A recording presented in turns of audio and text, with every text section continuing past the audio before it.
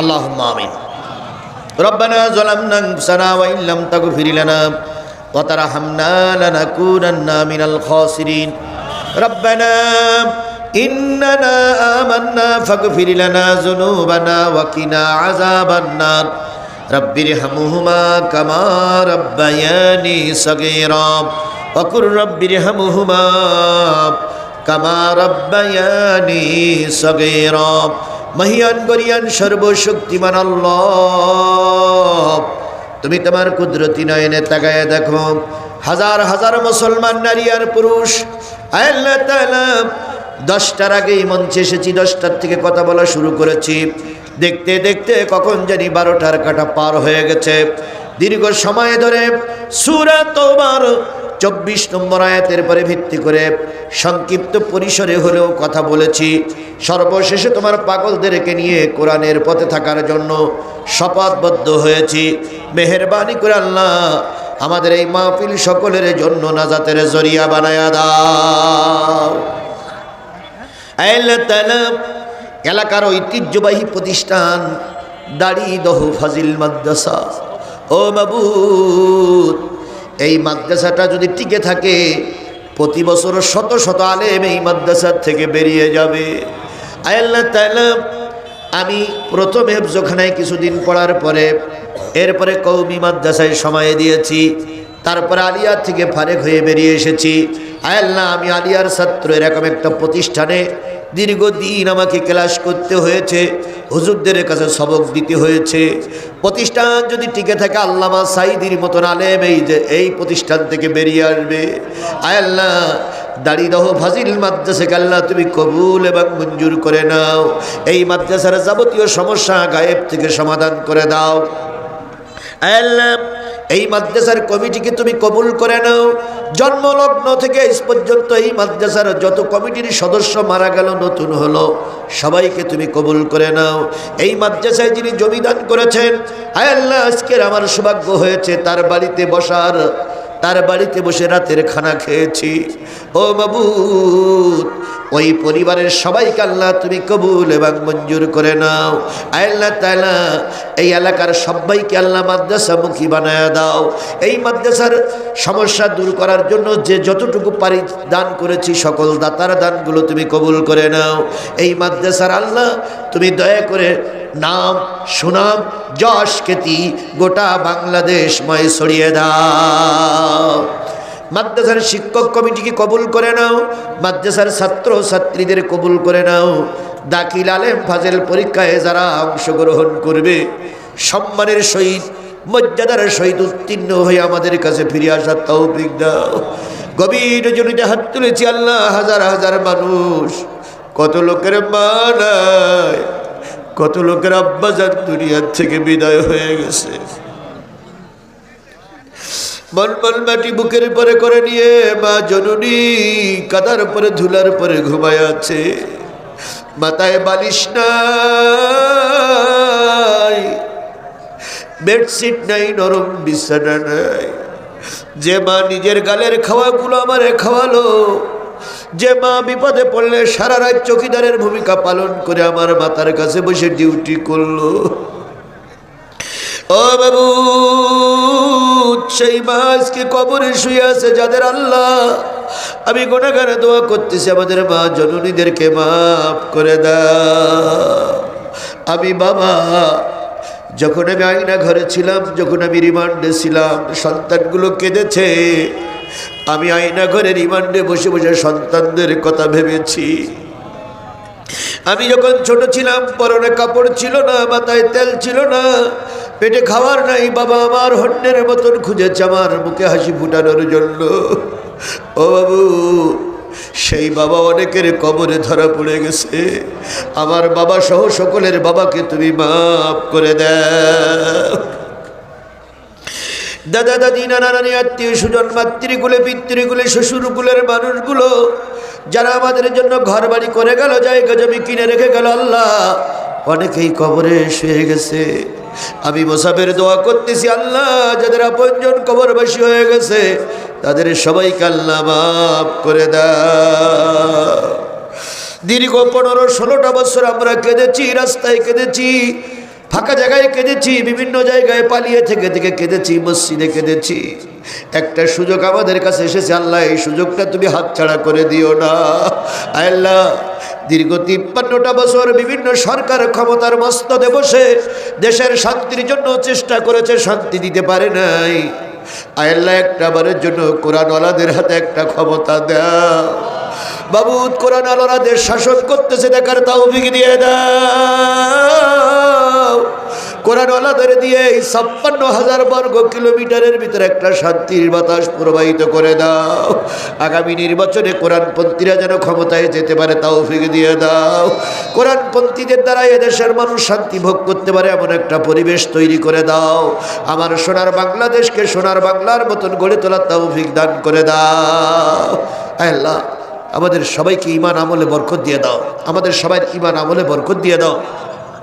সবাইকে কোরআনের ছায়াতলে থাকার তৌফিক দিয়ে দাও। সবার জীবনের গুনাহগুলো মাফ করে দাও। সবাইকে মিলেমিশে আগামী কোরআনের পক্ষে থাকার তৌফিক দিয়ে দাও। আল্লাহ তাআলা তুমি দয়া করে মায়া করে আমাদের দোয়াগুলো কবুল করে নাও। দয়া করে মায়া করে আমাদের দোয়াগুলো কবুল করে নাও। দয়া করে মায়া করে আমাদের দোয়াগুলো কবুল করে নাও। কর্তৃপক্ষ যারা আমাকে দাওয়াত করে নিয়ে এসে কথা বলার সুযোগ করে দিয়েছিলেন, আল্লাহ তাদের পরে তুমি রহমত করো। বিশেষ করে মাদ্রাসার প্রিন্সিপাল আর মাদ্রাসার একজন ভাই শরীফুল ইসলাম, আমার দীর্ঘদিনের বন্ধু, দীর্ঘদিনের সাথী। আল্লাহ আল্লাহ তিনি এমন কোনো দিন নেই 2-1 দিন পর পরে আমাকে খোঁজ দিতেন না। মাহফিলের জন্য আমাকে ধরে নিয়ে গেল ইফতার করা অবস্থায়। ইফতার করতেছি সেই সময় বাড়ির চারিপাশ ঘিরে ফেললো। আমি কেবল একবার বিসমিল্লাহি ওয়া আলা বারাকাতিল্লাহ বলে গালে দিয়েছি।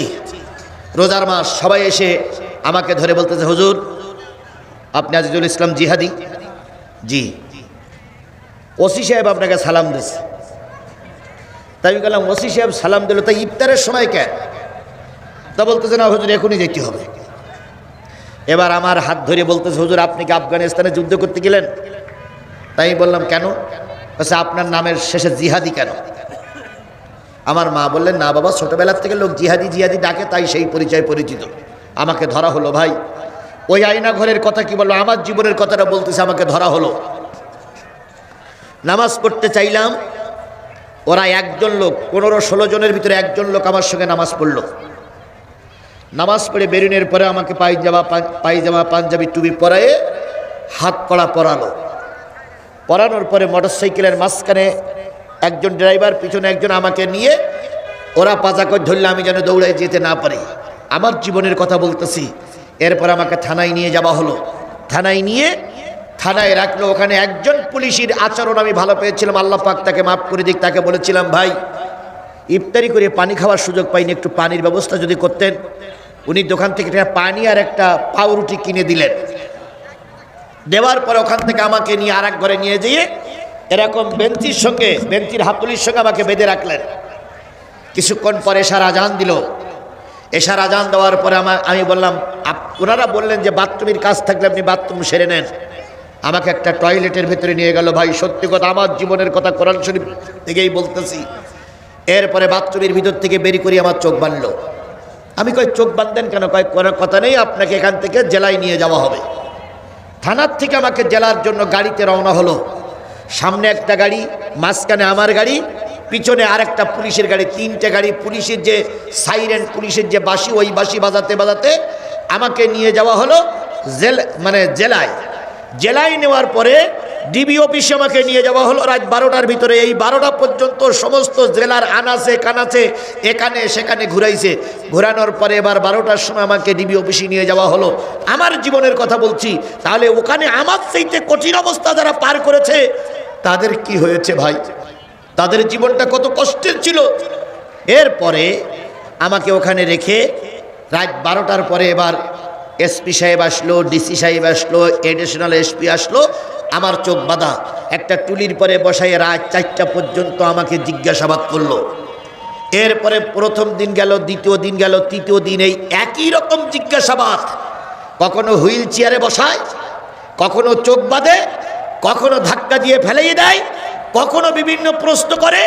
শেষ পর্যন্ত তৃতীয় দিন রাত্রে সিদ্ধান্ত হলো আমাকে গুলি করে মেরে দেওয়া হবে।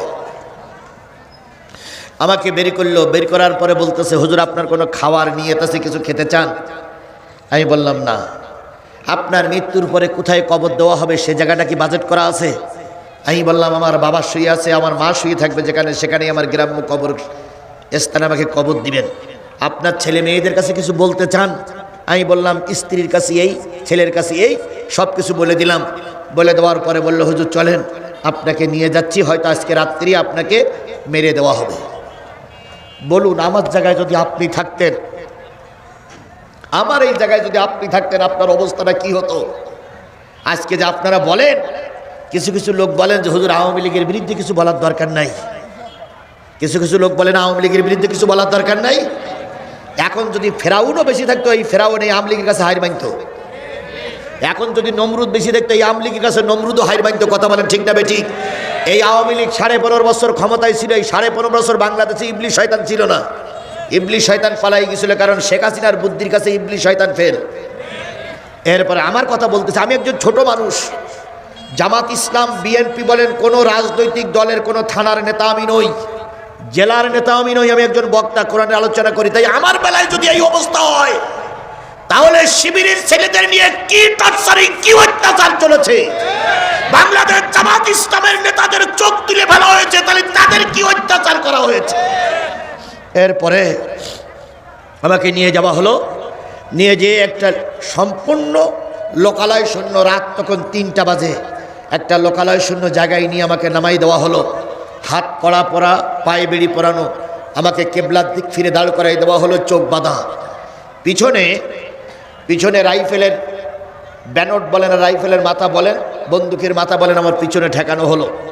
ঠেকাইয়ে গাড়িতে বসে আছে 7 জন, আর নিচে নেমেছে 2 জন। একজন আমাকে ধরে রেখেছে, আর একজন রাইফেলের ব্যানট বা গুলির বন্দুকের মাথা আমার পিঠে ঠেকাইয়ে কেবলার দিকে ফিরাই দিয়ে বলতে, হুজুর এবার আপনি কালেমা পড়েন। আমি কালেমা পড়তেছি, আশহাদু আল্লা ইলাহা ইল্লাল্লাহু ওয়াহদাহু লা শারীকা লাহু ওয়া আশহাদু আন্না মুহাম্মাদান আবদুহু ওয়া রাসূলুহু। এবার ওনারা বলতেছেন, হুজুর আপনি তওবা করেন। আমি আমার জীবনের সব কথাগুলো আল্লাহর কাছে বলতেছি, আল্লাহ এই আমার জীবনের শেষ ঘন্টা বেজে যাচ্ছে, আমি আর হয়তো তোমার দিনের কথা বলতে পারবো না, তুমি আমাকে দয়া করে মাফ করে দিও, দয়া করে মাফ করে দিও, দয়া করে মাফ করে দিও। আমার রক্ত কালকে আমার সন্তানেরা দেখবে, আল্লাহ তুমি ওদের শান্ত থাকার তৌফিক দিও। আল্লাহ আমার মা এখনো বেঁচে আছে, আমার মাকে তুমি সান্ত্বনা দিও। আর আমি আমার এই রক্তের বিনিময়ে আল্লাহ তুমি বাংলার জমিনে কোরআনের রাজ কায়েম করে দিও। এই দোয়া করতে করতে, দোয়া আমি অনেকক্ষণ ধরে করতেছি, ওরা ঠেকাই দাঁড়িয়ে আছে। এরপরে নিচে যিনি ছিলেন তিনি বললেন যে স্যার এবার কি কল টানবো? স্যার বললেন দাও, কারণ এর অনেক চেষ্টা করলাম, কিন্তু এ তথ্য দেয় না, এরে দুনিয়ার থেকে বিদায় করে দাও, অপরের অর্ডার, এরে গুলি করে মেরে দাও। ওরা কল টানলো, কিন্তু আল্লাহর কি রহমত, গুলি বাহির হলো না। কোরআন শরীফ আমার সামনে, আমি কিন্তু ইব্রাহিম আলাইহিস সালামের জীবনী বলতেছি, কথাটা বলতেছি যে ইব্রাহিম আলাইহিস সালামকে নমরুদ সরকার আর তার বাপ চাইছিল দুনিয়ার থেকে কি করে দেবে, বিদায় করে দেবে, কিন্তু কার বাজেট হয়নি? আরো জোরে বলেন, কার বাজেট হয়নি? তাই কথাটা বলতেছি, ওরা আমাকে নিয়ে যখন বন্দুকের কল টানবে, কল টানলো ঠিকই, কিন্তু গুলি বাহির হলো না। স্যার এ মেশিনই তো কাজ হচ্ছে না। স্যার বললেন মেশিন পাল্টাও, আরেকটা মেশিন নাও। আরেকজনের কাছে আরেকটা নিয়ে আসলো, সেও এসে আমার পিটি ঠেকাইয়ে কল টানলো, কিন্তু গুলি বাহির হলো না। তখন বলতেছে যে দেখো তো অন্য দিক চালাই, অন্য দিক চালালো, ফাঁকা গুলি হলো, কিন্তু আমার পিঠির থেকে গুলি বাহির হলো না। তখন ভিতরে যে যিনি আছেন তিনি বলতেছেন নিশ্চয়ই আল্লাহর খাস রহমত এই হুজুরির পরে আছে, এই জন্য বন্দুকের গুলি বাহির হচ্ছে না। 4 জনে আমাকে ধরলো। ধরার পরে যেরকম বাচ্চাদের আমরা হাতে দোলনায় দিয়ে দোল খাওয়াই, দোলনায় দিয়ে গাড়ির ভিতরে চেলে ফেলাই দিল, আমার কিন্তু হাত বাঁধা ভাই, পা বাঁধা, চোখও বাঁধা। এই অবস্থায় ফেলাই রাখলো। ওই 8 জন আমার বুকের পরে, শরীরের পরে পা দিয়ে বসে আছে, আর বলতেছে হুজুর যদিও আজকে রাত্রি তুমি মাপ পাও, আগামীকালকে তুমি আর মাপ পাবা না। পরের দিনের কথা বলতেছি, পরের দিন আমার 4র্থ দিন, 5ম দিনে আমাকে কোর্টে হাজির করেছিল, 4র্থ দিন। এদিকে আমার বাচ্চাগুলো থানায় যেয়ে ওসি সাহেবের পা জড়াই ধরে কাঁদতেছে, স্যার আমার আব্বারে ফিরাই দেয়। ওসি সাহেব বাচ্চাদের লাথি মেরে পাঠাই দেয়, আর বলে তোর বাপের আমরা ধরে নিয়ে আসিনি। আমার স্ত্রী, আমার শ্বশুর, আমার শালীরা যেয়ে কাঁদতেছে, আমার স্বামীরে ফিরাই দিন, সেদিনের লস্কর জাহিদুল ছিল ওসি, লস্কর জাহিদুল ছিল ওসি, লস্কর জাহিদুল ছিল ওসি। সেই লস্কর জাহিদুল জুতো মেরে ফেলাই দিচ্ছে আর বলতেছে তোর বাবার আমরা ধরে নিয়ে আসিনি। কিন্তু বিএনপির একজন ইউনিয়ন সভাপতি ছিলেন সিদ্দিকুর রহমান সিদ্দিক ভাই, চাম্পাপুল ইউনিয়নের সভাপতি, তিনি আমার সন্তানের বলতেছে বাবা ডিবি অফিসি খোঁজ, হয়তো তোর বাবারে এতক্ষণ বিদায় করে দিচ্ছে। এরপরে ভাই চতুর্থ দিন আমাকে নিয়ে যাবে। সন্ধ্যার পরের থেকে রিমান্ড শুরু হলো, সন্ধ্যার পরের থেকে নির্যাতন শুরু হলো। ওই ডিবি অফিসের ভিতরে আবু জর বলে একটা কোরআনের হাফেজ ছিল, কোরআনের হাফেজ, 30 পারা কোরআনের হাফেজ। সে যাওয়ার সময় বলতেছে হুজুর আজকে রাত্রি আপনাকে বিদায় করে দেবে, সব পরিকল্পনা একদম পাকাপোক্ত পরিকল্পনা, আজকে আপনাকে বিদায় করবেই। কালকে গুলি করেছিল, আপনার গুলি বাহির হয়নি, কিন্তু আজকে নতুন লোকদের নিয়ে আসছে, তারা আপনাকে গুলি করবে, আজকে গুলি করবে সামনের দিক থেকে। যদি সামনের দিকে গুলি না ঢোকে তাহলে আপনার অঙ্গ প্রত্যঙ্গ নষ্ট করে ফেলবে। আপনি দয়া করে, আপনার কাছে একটা উপদেশ আমার, একটা দাবি আমার, সেটা হলো আপনি রাত 2টার পরের থেকে ওরা যখন আপনার জিজ্ঞাসাবাদ করিয়ে যখন ছেড়ে দেবে, আপনাকে হয়তো সিয়ারি খাত্তি বলবে অথবা বলবে পেশাব পায়খানার কাজ থাকলে সেরে নেন, আপনি পেশাব করিয়ে এসে তাহাজ্জুদের নামাজে দাঁড়িয়ে যাবেন। আল্লাহ বুজারকে আল্লাহ হেফাজত করুক। সে ডিবির একজন ওসি ছিল, ডিবির একজন কর্মকর্তা ছিল, কিন্তু ছেলেটা ছিল কোরআনের হাফেজ। আমি ওর কথা শুনে বললাম যে যুবক কি লাভ হবে, কয়েক যতক্ষণ আপনি নামাজ পড়বেন ততক্ষণ ওরা আপনাকে নিয়ে যাবে না, ওরা আর যাই করুক নামাজের অবস্থা থেকে আপনাকে নেবে না। 2 নম্বর, আপনার যখন নামাজ শেষ হয়ে যাবে তখন আপনি সিহারি খাবেন আস্তে আস্তে, যতক্ষণ ফজরের আজান না দেয় ততক্ষণ আপনি সিহারি খাবেন, কারণ ওদের আর একটা ধর্ম আছে, ওরা খাওয়া অবস্থায় কাউকে নেবে না। আমি ওই আবু জারের কথা শুনলাম, তাহাজ্জুদের নামাজ 2 রাকাত নামাজে যে কত সবাই চলে গেছেন আল্লাহই ভালো জানে, আর আমার জীবনে যে কতগুলো পানি ওই সময় বাইর হইছে চোখের পানি আল্লাহই ভালো জানে, কারণ আমি জেনেছিলাম এই জীবনেই আমার আজকেই কি, আর আমার এখানে টিকে থাকার কোনো সুযোগ নাই। এভাবে করতে করতে আমার জীবনের কথা বলতেছি, যেহেতু আজকে ডক্টর মোহাম্মদ ইউনূস ওই সমস্ত অসহায় মানুষদের খোঁজ দিচ্ছে, হয়তো আমার সালামটা এখনো ইউনূসের কানে পৌঁছায়নি, আমার কথাটা হয়তো এখনো সেই উকিলদের কাছে পৌঁছায়নি, আমার কথাটা এখনো হয়তো ট্রাইব্যুনালের কাছে পৌঁছায়নি। জাতির মাধ্যমে আমি ডক্টর মোহাম্মদ ইউনূস এবং জাতির কাছে বলতে চাই, আমার মতন ক্ষুদ্র মানুষ যদি এই বিপদে পড়ে, তাহলে অতীতের নেতাদের কি বিপদ ছিল, আল্লামা সাঈদীর জন্য কি বিপদ ছিল। যাই হোক, আমি কোরআনের কথা বলতে যে আবেগের বসে আমার কথাটা বলছি, কষ্ট নিয়েন না। এরপরে 4র্থ দিন ওরা শেষ রাত পর্যন্ত চলে গেল। চলে যাওয়ার পরে ওরা দাঁড়িয়ে থেকে লাস্টে যখন ফজরের আজান দিল, তখন ওরা বলল হুজুর আল্লাহ হয়তো আপনাকে রহমত করেছে, আপনাকে আর হয়তো মারা হবে না। পরের দিন সকালবেলা আমার ছেলের নাম্বার নিল, আমার কাছ থেকে নিয়ে ফোন দিল, 10 লাখ টাকা নিয়ে আসো তোমার বাবার যদি বাঁচাতে চাও। বলুন 10 লাখ টাকা, আমি জেলখানায়, আমি ভিতরে 10 লাখ টাকা কোথার থেকে ম্যানেজ করবে? আমার বাচ্চাগুলো পাগলের মতো হয়ে কত লোকের পায়ে যে ধরেছিল, কত লোকের কাছে যে ভিক্ষা চেয়েছিল, তার কোনো শেষ ছিল না। শেষ পর্যন্ত ভিক্ষা শিক্ষা করে অনেক কষ্ট করে লস্কর জাহিদুল আর ডিবি ওসি এনামুল, সাতক্ষীরা জেলার ডিবি ওসি ছিল এনামুল, আর আমার কালীগঞ্জ থানার ওসি ছিল লস্কর জাহিদুল। 2 জনে মিলে ওরা ওই টাকাগুলো ভাগ করলো। ভাগ করার পরে পরের দিন আমাকে ধরলো শনিবারের দিন, বুধবারের দিন 2টার পরে আমাকে কোর্টে চালান দিচ্ছে, আমি নাশকতা মামলার আসামি। 5 দিন আমাকে রিমান্ডে রাখলো, 5 দিন আমাকে আয়না ঘরে রাখলো। শনি রবি সোম মঙ্গল বুধ, এই শনি রবি সোম মঙ্গল বুধ আমার পরিবারের সবাই জানতো আমি মারা গেছি। আমার ছেলেরা ফেসবুকে দিল, বাংলাদেশের বহুত লোক আমার জন্য দোয়া করেছিল, জিহাদি নাই, দেশে বিদেশের বহুত মানুষের দোয়া সেদিন পেয়েছিলাম। আমি শুধু আপনাদের বুঝাতে চাচ্ছি, 5টা দিন আমাকে ডিবি হেফাজতে রেখে টর্চারিং হলো, চোখ বেঁধে রাখা হলো, এমনকি পায়খানা করে বলেছিলাম স্যার তো আমি কখনো বলিনি, আমি বলেছিলাম ভাই একটু পানি দেন, জায়গাটা পরিষ্কার করি। ওরা আমার ঘাড়ের পরে লাথি মেরে ফেলাই দিয়ে বলেছিল যে যে জায়গাটা পায়খানা করেছে ওই জায়গাটা জামা দিয়ে পরিষ্কার করো। বাধ্য হয়ে ওই অবস্থা আমাকে নামাজ পড়তে হয়েছে 5টা দিন। তাহলে আমার মতন একজন ক্ষুদ্র মানুষের যদি 5 দিন ওই টর্চারিং ছেলে রেখে আমাকে রিমান্ড দেওয়া হয়ে থাকে, তাহলে যে সমস্ত লোকদেরকে টর্চারিং ছেলে অত্যাচার করে মারা হয়েছে, ডক্টর মোহাম্মদ ইউনূস তাদের কথাটা আপনি ভাবুন। আজকে জাতি জানতে চায়, আপনি টর্চার ছেলে আয়না ঘর দেখতে গেলেন, কিন্তু 6 মাস দেরি করলেন কেন? আপনার তো আরো 6 মাস আগে যাওয়ার দরকার ছিল। কথা বলেন, কথা বলেন। কিন্তু আপনি 6 মাস পরে গেলেন কেন? অনেক আলামত তো এখন মুছে ফেলা হয়েছে। কথা বলেন, ঠিক না ঠিক?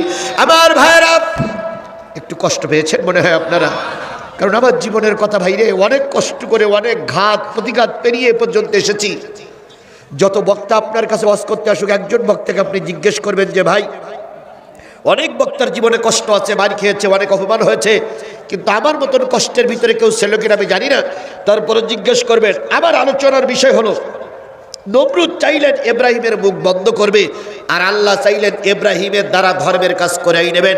কাড্ডা সবাল হলো? এই জোরে বলেন, কাড্ডা সবাল হলো? আওয়ামী লীগ চাইছিল বাংলাদেশ জামাত ইসলামকে নিশ্চিহ্ন করে ফেলবে, আর আল্লাহ চেয়েছে বাংলাদেশ জামাত ইসলামের মাথা উঁচু করে রাখবে। কাড্ডা সবাল হয়েছে, কাড্ডা সবাল হয়েছে। বাংলাদেশ আওয়ামী লীগের নেতাকর্মীরা, সেই সঙ্গে জাতীয় পার্টির নেতাকর্মীরা বলতো, বাংলাদেশ জামাত ইসলাম আর কখনো মেরুদণ্ড সোজা করে দাঁড়াতে পারবে না, কারণ তাদের শীর্ষস্থানীয় নেতাদের সব ফাঁসি হয়েছে। আল্লাহ বললেন, ফাঁসি দিয়ে কিছু করা যায়নি, করা যাবে না, বরং জামাত ইসলামের আগের চাইতে আরো শক্তি নিয়ে ময়দানে কাজ করছে। কথা বলেন, ঠিক না বেঠিক? বাংলাদেশ জামাত ইসলামের নেতা কর্মীদের অফিসে ঢুকতে দিত না। এখন সেই ডিসি, সেই এসপি যেই আসুক, জামাত আর বিএনপির পরামর্শ ছাড়া বগুড়ায় কোনো কাজ করতে দেওয়া হয় না। তাহলে সম্মানটা কে দিলেন? আরো জোরে বলেন, কে দিলেন? নমরুদ চাইলেন ইব্রাহিম আলাইহিস সালামের দিয়ে কাজ করতে দেবেন না, আল্লাহ চাইলেন ইব্রাহিম দিয়ে কাজ করাবেন। এবার নমরুদ ইব্রাহিমকে ডেকে বললে, ইব্রাহিম, গোয়েন্দা বিভাগের লোক পাঠিয়ে দিল যে ইব্রাহিমকে ডেকে নিয়ে এসো। কয়টা বাধা? তার ভিতরে প্রথম বাধা হলো কি? বাবা। নমরুদ বলল, ইব্রাহিমকে ডেকে নিয়ে এসো। ইব্রাহিম ময়দানে আসলেন, টকবকে যুবক, 22-24 বছরের যুবক। নমরুদ ডাক দিয়ে বলে, ইব্রাহিম, আমি সরকার, সেনাবাহিনী আমার, র্যাব আমার, বিজিপি আমার, পুলিশ আমার, গোয়েন্দা বিভাগের লোক আমার, ছাত্রলীগ আমার, যুবলীগ আমার, আমি পুরো আওয়ামী লীগ, সব আমার। তুমি এত শক্তি কোথায় পাও যে খোলা ময়দানে তুমি ধর্মের কথা বলো? এরকম কথা আমার মঞ্চে অনেক আওয়ামী লীগের নেতারা এই শিবগঞ্জেই বলেছিল। মঞ্চে ডাইন পাশে মাইক ধরে বলতো, সরকার আমাদের, পুলিশ আমাদের, আর জিহাদি মঞ্চে দাঁড়িয়ে শেখ হাসিনার বিরুদ্ধে গালিগালাজ করে। জিহাদির সাহস পায় কই? মঞ্চে দাঁড়িয়ে আওয়ামী লীগের নেতারা বলেছিল। কথাটা সঠিক না বেটি? শুধু তাই? হ্যাঁ, আপনি ছিলেন। তারপরে শুধু তাই নয়, শিবগঞ্জের এক জায়গায় একটা মাহফিল আমাকে দাওয়াত হয়েছিল। দাওয়াতের 3 দিন আগে শিবগঞ্জ পুরপারের পরে ওরাই আমার বিরুদ্ধে মিছিল করেছিল। জিহাদিকে শিবগঞ্জের মাটিতে ঢুকতে দেওয়া হবে না। আজকে তাকিয়ে দেখো, আল্লাহ যদি কোনো বাজেট করে, দুনিয়ার সবাই মিলে সে বাজেট রুখে দিতে পারে না।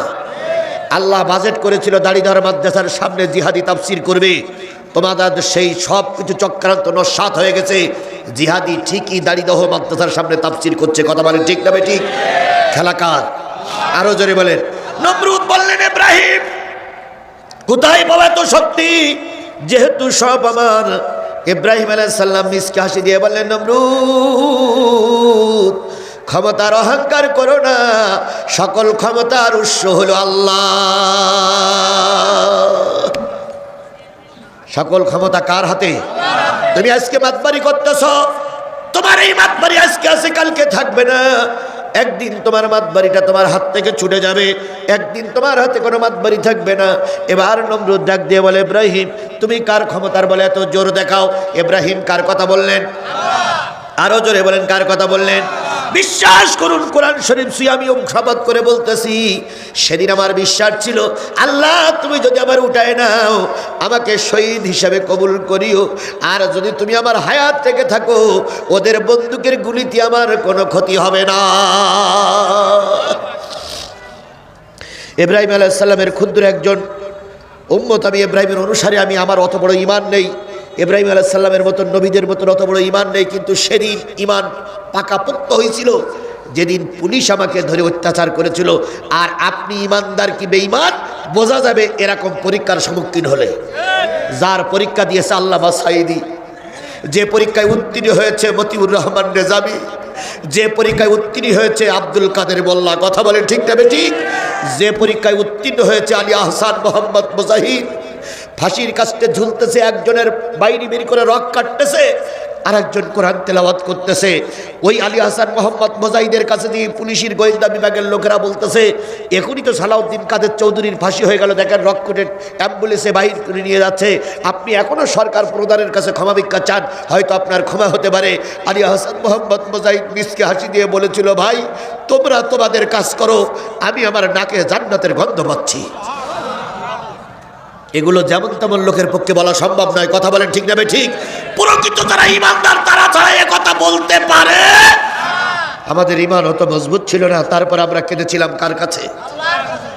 এবার ইব্রাহিম বললেন, নমরুদ ভয় দেখায়ও না, সকল ক্ষমতা কার হাতের ভিতরে? আরো জোরে বলেন, কার হাতের ভিতরে? তাবারাকাল্লাযী বিয়াদিহিল মুলক, সমস্ত শক্তি কার হাতের ভিতরে? এবার নমরুদ ডাক দিয়ে বলেন, ইব্রাহিম এত চারিদিক থেকে তোমার শত্রু, আমার সেনাবাহিনী, আমার র্যাব, আমার পুলিশ সব তোমার ঘিরে রেখেছে, তারপরে তুমি আল্লাহর কথা বলো, সেই আল্লাহ থাকে কোথায়? ইব্রাহিম আলাইহিস সালাম বলেন, ওই আল্লাহ থাকার একটা জায়গা আছে, সেই জায়গাটার নাম আছে আরশে আজিম। সুবহানাল্লাহ বলবেন না? এবার নমরুদ ডাক দিয়ে বলে, সে আরশে আজিমটা কোথায়? ইব্রাহিম আলাইহিস সালাম বললেন, ওটা হচ্ছে উপরে আরশে মহল্লা, আরশে আজিম। নমরুদ তখন চিন্তা করলো, তাহলে ইব্রাহিমের মেরে লাভ কি, আগে আল্লাহরে মেরে ফেলি, কারণ ইব্রাহিমের যদি মারি আরেকটা ইব্রাহিম তৈরি হবে, আরেকটা ইব্রাহিমের মারলে আরেকটা ইব্রাহিমের তৈরি হবে, আর যিনি তৈরি করতেছেন তারে যদি মেরে দেই নতুন ইব্রাহিম আর তৈরি হবে না। নমরুদ এবার টার্গেট নিল, আমি খোদা হয়ে থাকতে গেলে সেই আল্লাহরে মারা লাগবে।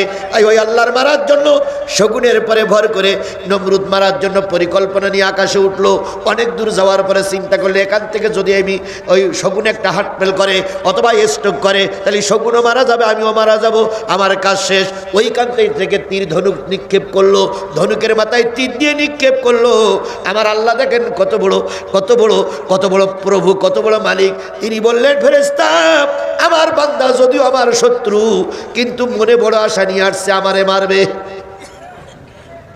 মনে বড় আশা নিয়ে আসছে আমারে মারবে। ওই তীরের মাথায় একটু রক্ত লাগাই দাও। তীরের মাথায় রক্ত লাগানো হলো, রক্ত মাখা তীর নিয়ে ফিরে আসলো নমরুদ।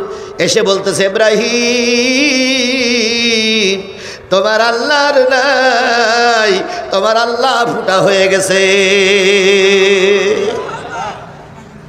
ইব্রাহিম আলাইহিস সালাম বলতে, তা কি করে সম্ভব? আল্লাহরে তুমি মারবার, আল্লাহ মারা যাবে?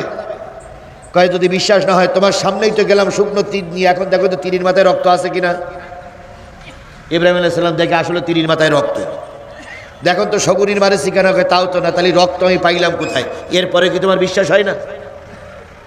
ইব্রাহিম আলাইহিস সালাম চলে গেলেন জঙ্গলে, ঝর্ণার পানি দিয়ে উজু করে জঙ্গলের ভিতরে 2 রাকাত নামাজ আদায় করে ডাকে, আল্লাহ ইয়া আল্লাহ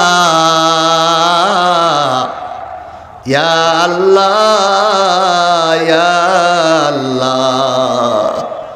আল্লাহ সাড়া দেয় না। ইব্রাহিম আলাইহিস সালাম মনে মনে চিন্তা করে, তাহলে মনে হয় আল্লাহ মরেই গেছে, নতুবা সাড়া দেয় না কেন? ইয়া আল্লাহ, আমি তো জানি তুমি কখনো মরবা না, আমি তো জানি তুমি হাইয়ুল কাইয়ুম, কেন তুমি আমার ডাকে সাড়া দাও না মাবুদ? সাড়া দাও, তোমার ইব্রাহিম মহাপরীক্ষার ভিতরে আছে। আল্লাহ চুপ। এবার হৃদয়ের ভিতর থেকে ডাক দেয়, ইয়া আল্লাহ।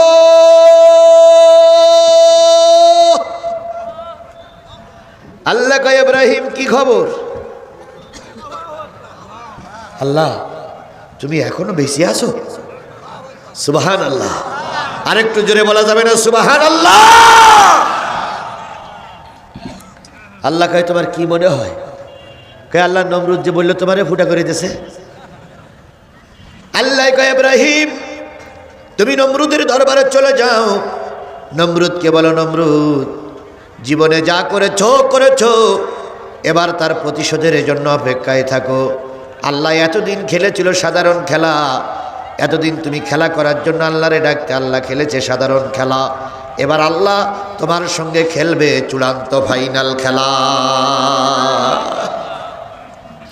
আল্লাহ পাঠাই দিলেন একটা ছোট মশা। কি মশা? ছোট্ট মশা, ডানা ভাঙা মশা। কারণ আল্লাহ বড় বড় শয়তানদের মারার জন্য বড় বড় জিনিস ব্যবহার করেনি, বড় বড় শয়তানদের মারার জন্য আল্লাহ ছোটখাটো জিনিস ব্যবহার করেছে। আজকে বিএনপির জামাতের লোকদের দ্বারা যদি আওয়ামী লীগের পতন হতো, তাহলে আওয়ামী লীগ সারা জীবন বলতো রাজনৈতিক দল আমারে কাবু করেছে। আল্লাহ বলল না, এই শয়তানদের বিএনপি, এই শয়তানকে বিএনপি আর জামাতের হাত দিয়ে কাবু করব না, এই শয়তানকে কাবু করব ছোট্ট ছোট্ট প্রাইমারি স্কুলের ছাত্র দিয়ে।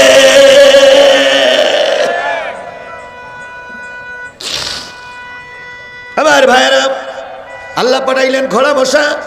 এবার মশা এসে সামনে গুনগুন গুনগুন করে ডাকে। নমরুদ কয় মন্ত্রী আসি, পুলিশ আসি, সেনাবাহিনীর প্রধান ওয়াকারুজ্জামান আসি, ডিবি প্রধান আসি, রাষ্ট্রপতি চুপ্পু আসি। তাহলে আমার তো ভয় লাগে কেন?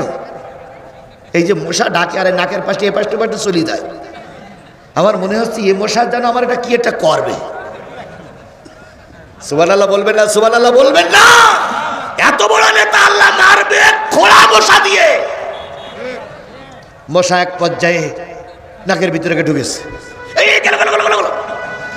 ঢুকেই পড়েছে। ঢুকেই আল্লাহ বলল মশা চুপ করে থাকবে একটু সময়, তারপরে শুরু করবি। মশা অল্প একটু সময় চুপ করে থেকে কামড়াতে শুরু করেছে। মশা কামড়ায় নেতা লাফায়, মশা কামড়ায় নেতা লাফায়। ওয়াকারুজ্জামানকে আমি সেনাবাহিনী প্রধান, লাফান কায়? কামড়ায় কামড়ায়। সুপ্পু কয় আমি রাষ্ট্রপতি, লাফান কায় তাই কামড়ায়। কিসে কামড়ায়? এই কথা বলেন, কিসে কামড়ায়? আপনি এত বড় একজন নেতা, সামান্য একটা মশায় কামড়াচ্ছে তাতে হয়েছে নাকি? কয় না কামড়ায়। এবার বুদ্ধিজীবী, আইনজীবী, বিচারপতি, ডাক্তার, কবিরাজ, হোমিওপ্যাথি, এলাপতি, রাষ্ট্রপতি সব প্রতি এক জায়গায় এসে বলতে কি করলে কামড় বন্ধ হবে? একজন বুদ্ধিজীবী বলতে মাথায় একটা কিল মেরি দেখো তো যে কি হয়। একজন বলেছে আপনার এই মাথায় যে টুপিটা আছে, টুপিটা খোলেন দিন, কিল মেরি দেখি। কিল মেরিছে, কামড় বন্ধ। ওং শান্তি, ওং শান্তি। জনগণ কয় কি? কয় কামড় বন্ধ, লাগাও কিল। জনগণ কিল মারতে শুরু করলো। যে রাষ্ট্রের কাছে রাষ্ট্রপতির কাছে আসে তার সত্য থাকে 10টা কিল মারার পরে তারপর কাগজপত্র জমা দেওয়া। আগে 10টা কিল মেরে নেবা, তাহলে যে যা আসে কিল মারা ফরজ। কি মারা ফরজ? কিল মারা শুরু করলো। কিল খেয়ে খেয়ে খেয়ে খেয়ে এবারে দেখা গেল কিলিয়ার কামড় বন্ধ হয় না। এবার কি করিতে হইবে? জনগণ বুদ্ধিজীবীরা বলল বাড়ির মাত্রা একটু দূর হওয়া লাগবে। তাহলে এক কাজ করো, এবার জুতো দিয়ে মারো। জুতোর বাড়ি শেষ পর্যন্ত মাথায় বাড়ি দিল লাঠি দিয়ে। লাঠির বাড়ি খেয়ে নমরুদ বিদায় হয়ে গেল। মশা আসমানে উঠে গেল, জিত হয়ে গেল ইব্রাহিমের। তাহলে ইব্রাহিম যখন ধর্মের কাজ করতে চেয়েছিলেন তখন বাধা দিয়েছিল ইব্রাহিমের বাবা। আজও যদি কেউ ধর্মের কাজ করতে দিয়ে বাধা দেয়, ইব্রাহিমের বাবার উত্তরসূরিরা আজও সমাজে ছড়াই ছিটিয়ে আছে না নাই? এই জন্য বাবারা সাবধান, ছেলেদের ধর্মের কাজে বাবারা যদি বাধা দাও তাহলে বুঝতে হবে তুমি নমরুদের উত্তরসূরি। কয়টা কাজে বাধা? তার ভিতরে প্রথম বাধা হলো কে? বাবা। 2 নম্বর আপনার হুকুম, তোমাদের কাজে বাবার কাজে সন্তানেরা বাধা হতে পারে। আমি বুঝেছি 12টা বেজেই গেছে, এবার দোয়া হবে ভাই, দোয়া হবে। আমি লম্বা করবো না, আমি 12টা পর্যন্ত যেহেতু নির্ধারিত টাইম, 12টা বেজে গেছে। আমি বলে দিই সংক্ষেপে কথাগুলো বলি। 2 নম্বর কাজে বাধা হলো কি? সন্তান। আমাদের বাবার কাজে, ধর্মের কাজে সন্তানের অনেক সময় বাধা হয় কি হয় না? হয় না? 3 নম্বরে বাধা হচ্ছে এখওয়ানুকুম, তোমাদের ভাই। বলুন তো, ইউসুফ আলাইহিস সালাম ধর্মের কাজ করেছিলেন, আর বাধা হয়েছিল ইউসুফের ভাইরা। কথাটাকে ভুলে গেছেন আপনি? এই কথাটাকে ভুলে গেছেন? এবার আমি বলি, এই ভাইরা বসেন, দোয়া হবে বসেন। আমি বলি, আওয়ামী লীগ কি আমার ভাই নয়? এই কথা বলেন, আওয়ামী লীগ আমার ভাই না? একই জায়গায় পাশাপাশি বাস। এই পাঁচিলের ওই পাশে এক ভাই, এই পাশে আর এক ভাই। বলুন তো, যদি আমার ভাইকে আমার ক্ষতি না করতো, শিবগঞ্জের পুলিশ আমার কিছু করতে পারত? বলেন, আমার ভাই আমারই ক্ষতি করেছে, কথা বলেন ঠিক না ঠিক? কিন্তু ক্ষতি করে লাভ হয় না, ক্ষতি করে লাভ হয় না। ইউসুফ আলাইহিস সালামের ভাইরা ইউসুফ আলাইহিস সালামের ক্ষতি করেছিল, শেষ পর্যন্ত আবার ইউসুফের কাছে যাই কি করতে হয়েছিল? মাপসাতি হয়েছিল না? মাপসাতি হয়েছিল না? আজকে আওয়ামী লীগ করেছো 15 দিন, যা করেছো। তুমি আমার ভাই, তুমি আমার কি ভাই। আর ক্ষতি করো না, তওবা করে ফিরে এসো, তওবা করে ফিরে আসো। আল্লাহ আমাদের ভাইদের ফিরে আসার তৌফিক দান করুক। এই সবাই মিলে বলেন আমিন। আরো জোরে বলেন আমিন, আরো জোরে বলেন আমিন। সবাই সূরা ফাতিহা ইখলাস শরীফ পড়ুন। কয়টা কাজে বাধা? তার ভিতরে প্রথম কি? 2 নম্বর কি? সন্তান। 3 নম্বর কি? ভাই। 4 নম্বর হচ্ছে আজওয়াজুকুম, স্ত্রীরা। কি? স্ত্রীরা। 5 নম্বর হচ্ছে গোত্র দল, ধর্মের কাজে বাধা দেয়। এই 5টা জিনিস হচ্ছে আমার সঙ্গে প্রথমে জড়িত। আর 3টে হলো অর্থ।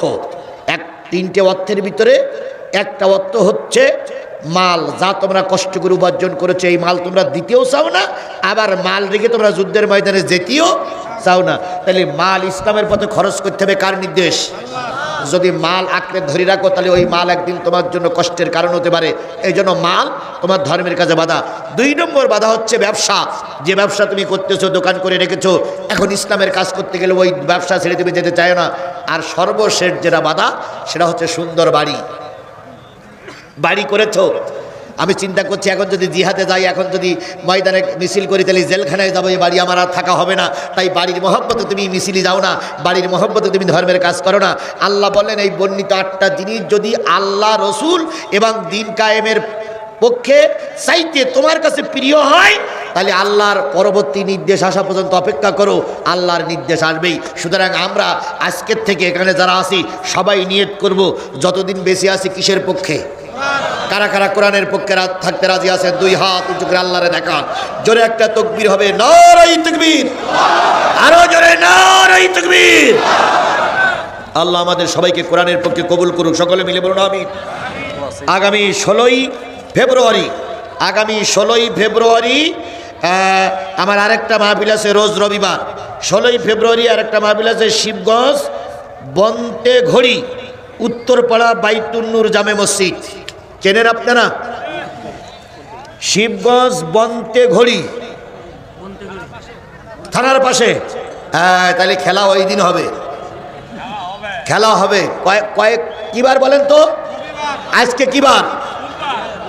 বুধবার শেষে বৃহস্পতিবার শুরু হয়েছে, শুক্র শনি আর 2 দিন পরে। তা আপনারা ওই দিন সবাই থাকবেন ইনশাআল্লাহ। আল্লাহ আমাদের সবাইকে কবুল করুক। সবাই মিলে বলুন আস্তাগফিরুল্লাহ রাব্বি মিন কুল্লি জামবে আতুবু ইলাইহি লা হাওলা ওয়ালা কুওয়াতা ইল্লা বিল্লাহিল আলিয়্যুল আযীম। একজন ছেলে বিদেশে গিয়ে বিপদে আছে, তার মা তার মুসিবত থেকে মুক্তির জন্য দোয়া চেয়ে 500 টাকা দান করেছে। আল্লাহ আমাদের এই সন্তানকে হেফাজত করুন। আরেকটু জোরে বলেন আমিন, আরো জোরে আমিন। আল্লাহুম্মা আমিন। রব্বানা যালামনা আনফুসানা ওয়া ইল্লাম তাগফির লানা ওয়া তারহামনা লানাকুনান্না মিনাল খাসিরিন। রব্বানা ইন্নানা আমান্না ফাগফির লানা যুনুবানা ওয়া কিনা আযাবান নার। রব্বিরহামহুমা কামা রাব্বায়ানি সগীরা ওয়া কুর রব্বিরহামহুমা কামা রাব্বায়ানি সগীরা। মহিয়ান গরিয়ান সর্বশক্তিমান আল্লাহ, তুমি তোমার কুদরতি নয়নে তাকায় দেখো, হাজার হাজার মুসলমান নারী আর পুরুষ। আল্লাহ তাআলা 10টার আগেই মঞ্চে এসেছি, 10টার থেকে কথা বলা শুরু করেছি। দেখতে দেখতে কখন জানি 12টার কাঁটা পার হয়ে গেছে। দীর্ঘ সময় ধরে সূরা তওবার 24 নম্বর আয়াতের পরে ভিত্তি করে সংক্ষিপ্ত পরিসরে হলেও কথা বলেছি। সর্বশেষে তোমার পাগলদেরকে নিয়ে কোরআনের পথে থাকার জন্য শপথবদ্ধ হয়েছি। মেহেরবানি করে আল্লাহ আমাদের এই মাহফিল সকলের জন্য নাজাতের জরিয়া বানায়া দাও। আল্লাহ তাআলা এলাকার ঐতিহ্যবাহী প্রতিষ্ঠান দাড়িদহ ফাজিল মাদ্রাসা, ও মাবুদ এই মাদ্রাসাটা যদি টিকে থাকে প্রতি বছর শত শত আলেম এই মাদ্রাসার থেকে বেরিয়ে যাবে। আল্লাহ তাআলা আমি প্রথমে হেফজখানায় কিছুদিন পড়ার পরে এরপরে কওমি মাদ্রাসায় সময় দিয়েছি, তারপরে আলিয়া থেকে ফারেক হয়ে বেরিয়ে এসেছি। আল্লাহ আমি আলিয়ার ছাত্র, এরকম একটা প্রতিষ্ঠানে দীর্ঘদিন আমাকে ক্লাস করতে হয়েছে, হুজুরদের কাছে সবক দিতে হয়েছে। প্রতিষ্ঠান যদি টিকে থাকে আল্লামা সাইদির মতন আলেম এই প্রতিষ্ঠান থেকে বেরিয়ে আসবে। আল্লাহ দাড়িদহ ফাজিল মাদ্রাসাকে আল্লাহ তুমি কবুল এবং মঞ্জুর করে নাও। এই মাদ্রাসার যাবতীয় সমস্যা গায়েব থেকে সমাধান করে দাও। আল্লাহ এই মাদ্রাসার কমিটিকে তুমি কবুল করে নাও। জন্মলগ্ন থেকে আজ পর্যন্ত এই মাদ্রাসার যত কমিটির সদস্য মারা গেল, নতুন হলো, সবাইকে তুমি কবুল করে নাও। এই মাদ্রাসায় যিনি জমিদান করেছেন, হায় আল্লাহ আজকের আমার সৌভাগ্য হয়েছে তার বাড়িতে বসার, তার বাড়িতে বসে রাতের খানা খেয়েছি। ও মাবুদ ওই পরিবারের সবাইকে আল্লাহ তুমি কবুল এবং মঞ্জুর করে নাও। আল্লাহ তাআলা এই এলাকার সবাইকে আল্লাহ মাদ্রাসামুখী বানায়া দাও। এই মাদ্রাসার সমস্যা দূর করার জন্য যে যতটুকু পারি দান করেছি সকল দাতার দানগুলো তুমি কবুল করে নাও। এই মাদ্রাসার আল্লাহ তুমি দয়া করে নাম সুনাম যশ খ্যাতি গোটা বাংলাদেশময় ছড়িয়ে দাও। মাদ্রাসার শিক্ষক কমিটিকে কবুল করে নাও, মাদ্রাসার ছাত্র ছাত্রীদের কবুল করে নাও। দাখিল আলেম ফাজেল পরীক্ষায় যারা অংশগ্রহণ করবে সম্মানের সহিত মর্যাদার সহিত উত্তীর্ণ হয়ে আমাদের কাছে ফিরে আসার তৌফিক দাও। গভীর জনিতে হাত তুলেছি আল্লাহ, হাজার হাজার মানুষ, কত লোকের মা নাই, কত লোকের আব্বাজান দুনিয়ার থেকে বিদায় হয়ে গেছে। মনমল মাটি বুকের পরে করে নিয়ে মা জননী কাদার পরে ধুলার পরে ঘুমায় আছে, মাথায় বালিশ নাই, বেডশিট নাই, নরম বিছানা নাই। যে মা নিজের গালের খাওয়াগুলো আমারে খাওয়ালো, যে মা বিপদে পড়লে সারা রাত চৌকিদারের ভূমিকা পালন করে আমার মাথার কাছে বসে ডিউটি করলো, ও বাবু সেই মা আজকে কবরে শুয়ে আছে, যাদের আল্লাহ আমি গুনাহগার দোয়া করতেছি আমাদের মা জননীদেরকে মাফ করে দাও। আমি বাবা যখন আমি আয়না ঘরে ছিলাম, যখন আমি রিমান্ডে ছিলাম, সন্তানগুলো কেঁদেছে, আমি আয়না ঘরে রিমান্ডে বসে বসে সন্তানদের কথা ভেবেছি। আমি যখন ছোট ছিলাম পরনে কাপড় ছিল না, মাথায় তেল ছিল না, পেটে খাওয়ার নাই, বাবা আমার হন্যের মতন খুঁজেছে আমার মুখে হাসি ফুটানোর জন্য। ও বাবু সেই বাবা অনেকের কবরে ধরা পড়ে গেছে, আমার বাবা সহ সকলের বাবাকে তুমি মাফ করে দাও। দাদা দাদি নানা নানি আত্মীয় স্বজন মাতৃকুলে পিতৃকুলে শ্বশুরকুলের মানুষগুলো যারা আমাদের জন্য ঘর বাড়ি করে গেল, জায়গা জমি কিনে রেখে গেল, আল্লাহ অনেকেই কবরে শুয়ে গেছে। আমি মোসাফের দোয়া করতেছি আল্লাহ যাদের আপনজন কবরবাসী হয়ে গেছে তাদের সবাইকে আল্লাহ মাফ করে দাও। দীর্ঘ 15-16টা বছর আমরা কেঁদেছি, রাস্তায় কেঁদেছি, ফাঁকা জায়গায় কেঁদেছি, বিভিন্ন জায়গায় পালিয়ে থেকে থেকে কেঁদেছি, মসজিদে কেঁদেছি। একটা সুযোগ আমাদের কাছে এসেছে, আল্লাহ এই সুযোগটা তুমি হাতছাড়া করে দিও না। আল্লাহ দীর্ঘ 53টা বছর বিভিন্ন সরকার ক্ষমতার মস্তদে বসে দেশের শান্তির জন্য চেষ্টা করেছে, শান্তি দিতে পারে নাই। আল্লাহ একটা বারের জন্য কোরআনওয়ালাদের হাতে একটা ক্ষমতা দাও বাবু, কোরআনওয়ালারা দেশ শাসন করতেছে দেখার তৌফিক দিয়ে দাও। কোরআনওয়ালাদের দিয়ে এই 56,000 বর্গ কিলোমিটারের ভিতরে একটা শান্তির বাতাস প্রবাহিত করে দাও। আগামী নির্বাচনে কোরআনপন্থীরা যেন ক্ষমতায় যেতে পারে তৌফিক দিয়ে দাও।